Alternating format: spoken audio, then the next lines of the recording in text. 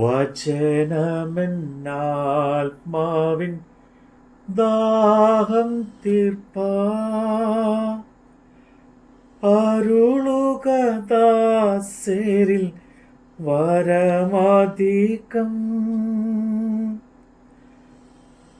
പകരുക ആത്മാവിൻ തിരുശക്തിയാൽ നിറയുവാൻ നിഞ്ചനങ്ങൾ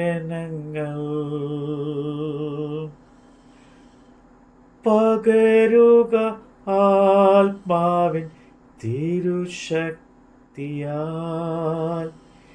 നിറയുവാൻ നിഞ്ചനങ്ങൾ കേൾക്കണേ എൻ പ്രാർത്ഥന നൽകണേ എൻ യാചന കേൾക്കണേ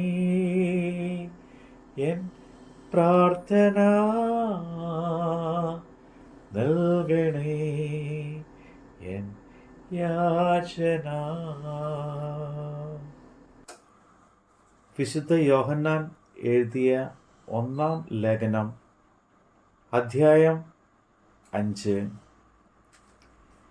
യേശുവിനെ ക്രിസ്തു എന്ന് വിശ്വസിക്കുന്നവൻ എല്ലാം ദൈവത്തിൽ നിന്ന് ജനിച്ചിരിക്കുന്നു. ജനിപ്പിച്ചവനെ സ്നേഹിക്കുന്നവൻ എല്ലാം അവനിൽ നിന്ന് ജനിച്ചവനെയും സ്നേഹിക്കുന്നു. നാം ദൈവത്തെ സ്നേഹിച്ച് അവൻ്റെ കൽപ്പനകളെ അനുസരിച്ച് നടക്കുമ്പോൾ ദൈവമക്കളെ സ്നേഹിക്കുന്നു എന്ന് അതിനാൽ അറിയാം. അവൻ്റെ കൽപ്പനകളെ പ്രമാണിക്കുന്നവരല്ലോ ദൈവത്തോടുള്ള സ്നേഹം. അവൻ്റെ കൽപ്പനകൾ ഭാരമുള്ളവയല്ല. ദൈവത്തിൽ നിന്ന് ജനിച്ചതൊക്കെയും ലോകത്തെ ജയിക്കുന്നു. ലോകത്തെ ജയിച്ച ജയമോ നമ്മുടെ വിശ്വാസം തന്നെ. യേശു ദൈവപുത്രൻ എന്ന് വിശ്വസിക്കുന്നവൻ അല്ലാതെ ആരാകുന്നു ലോകത്തെ ജയിക്കുന്നത്? ജലത്താലും രക്തത്താലും വന്നവൻ ഇവൻ ആകുന്നു, യേശുക്രിസ്തു തന്നെ. ജലത്താൽ മാത്രമല്ല, ജലത്താലും രക്തത്താലും തന്നെ ആത്മാവ് സാക്ഷ്യം പറയുന്നു. ആത്മാവ് സത്യമല്ലോ. സാക്ഷ്യം പറയുന്നവൻ 3 ഉണ്ട്: ആത്മാവ്, ജലം, രക്തം. ഈ 3ൻ്റെയും സാക്ഷ്യം ഒന്ന് തന്നെ. നാം മനുഷ്യരുടെ സാക്ഷ്യം കൈക്കൊള്ളുന്നു എങ്കിൽ ദൈവത്തിൻ്റെ സാക്ഷ്യം അതിലും വലുതാകുന്നു. ദൈവത്തിൻ്റെ സാക്ഷ്യമോ അവൻ തൻ്റെ പുത്രനെക്കുറിച്ച് സാക്ഷീകരിച്ചത് തന്നെ. ദൈവപുത്രനിൽ വിശ്വസിക്കുന്നവൻ്റെ ഉള്ളിൽ സാക്ഷ്യമുണ്ട്. ദൈവത്തെ വിശ്വസിക്കാത്തവൻ ദൈവം തൻ്റെ പുത്രനെക്കുറിച്ച് പറഞ്ഞ സാക്ഷ്യം വിശ്വസിക്കാകയാൽ അവനെ അസത്യവാദി ആക്കുന്നു. ആ സാക്ഷ്യമോ ദൈവം നമുക്ക് നിത്യജീവൻ തന്നു. ആ ജീവൻ അവൻ്റെ പുത്രനിൽ ഉണ്ട് എന്നുള്ളത് തന്നെ. പുത്രനുള്ളവന് ജീവനുണ്ട്, ദൈവപുത്രനില്ലാത്തവന് ജീവൻ ഇല്ല. ദൈവപുത്രൻ്റെ നാമത്തിൽ വിശ്വസിക്കുന്ന നിങ്ങൾക്ക് ഞാൻ ഇത് എഴുതിയിരിക്കുന്നത് നിങ്ങൾക്ക് നിത്യജീവൻ ഉണ്ടെന്ന് നിങ്ങൾ അറിയേണ്ടതിനു തന്നെ. അവൻ്റെ ഇഷ്ടപ്രകാരം നാം എന്തെങ്കിലും അപേക്ഷിച്ചാൽ അവൻ നമ്മുടെ അപേക്ഷ കേൾക്കുന്നു എന്നുള്ളത് നമുക്ക് അവനോടുള്ള ധൈര്യം ആകുന്നു.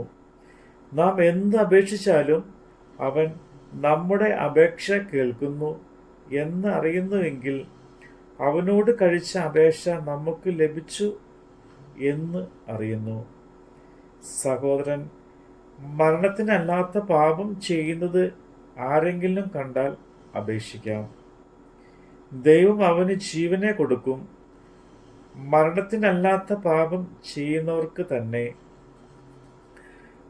മരണത്തിനുള്ള പാപം ഉണ്ട്, അതിനെക്കുറിച്ച് അപേക്ഷിക്കണം എന്ന് ഞാൻ പറയുന്നില്ല. ഏത് അനീതിയും പാപം ആകുന്നു. മരണത്തിനല്ലാത്ത പാപം ഉണ്ട് താനും. ദൈവത്തിൽ നിന്ന് ജനിച്ചിരിക്കുന്നവൻ ആരും പാപം ചെയ്യുന്നില്ല എന്ന് നാം അറിയുന്നു. ദൈവത്തിൽ നിന്ന് ജനിച്ചവൻ തന്നെത്താൻ സൂക്ഷിക്കുന്നു, ദുഷ്ടൻ അവനെ തൊടുന്നതുമില്ല. നാം ദൈവത്തിൽ നിന്നുള്ളവർ എന്ന് നാം അറിയുന്നു. സർവ്വലോകവും ദുഷ്ടന്റെ അധീനതയിൽ കിടക്കുന്നു. ദൈവപുത്രൻ വന്നു എന്നും സത്യദൈവത്തെ അറിവാൻ നമുക്ക് വിവേകം തന്നു എന്നും നാം അറിയുന്നു. നാം സത്യദൈവത്തിൽ അവൻ്റെ പുത്രനായ യേശുക്രിസ്തുവിൽ തന്നെ ആകുന്നു. അവൻ സത്യദൈവവും നിത്യജീവനും ആകുന്നു. കുഞ്ഞുങ്ങളെ, വിഗ്രഹങ്ങളോട് അകന്ന് സൂക്ഷിക്കുവിൻ. നമ്മുടെ കർത്താവിൻ്റെ വചനമാണ് നമ്മൾ കേട്ടത്. പുത്രന്റെ നാമത്തിൽ ചോദിക്കുമ്പോൾ ഉത്തരം തരുമൻ അരുളിയോനേ. നീക്കം വരാത്ത നിൻ വാഗ്ദത്തമൻ പേർക്കു നീ തന്നുവല്ലോ. നീക്കം വരാത്ത നിൻ വാഗ്ദത്തമൻ പേർക്കു നീ തന്നുവല്ലോ. കേൾക്കണേ എൻ പ്രാർത്ഥന, നൽകണേ എൻ യാചന. കേൾക്കണേ എൻ പ്രാർത്ഥന, നൽകണേ എൻ യാചന.